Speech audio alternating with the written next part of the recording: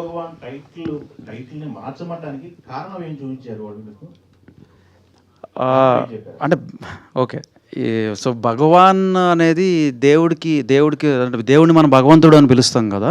So అది భగవాన్ అనేది ఉంది. ఆ రెఫరెన్సెస్ కొంత కాంటెంట్లో ఉన్న దీనికి అసోసియేట్ చేస్తే మేము అక్కడ భగవాన్ అనేది ఇప్పుడు మనకి కృష్ణ భగవాన్ గారు ఉన్నారు కదా, అలా భగవాన్ అనేది మనకు కామన్ నేమ్. మనకి ఇక్కడ సౌత్లో మనం వాడుకునే కామన్ నేమ్ అది. ఇన్ఫ్యాక్ట్ దీంట్లో ఇంతకుముందు సెన్సార్ అవ్వకముందు నరేష్ గారి క్యారెక్టర్ పేరు భగవాన్. సో దాని గురించి అని హే భగవాన్ అని పెట్టాల్సి వచ్చింది. సో బట్ వాళ్ళు అంటే భగవాన్ అంటే భగవంతుడిని రిఫర్ చేస్తున్నారు కదా, సో అది ఉండకూడదు అనేసి అన్నారు అన్నట్టు, అంతే. సో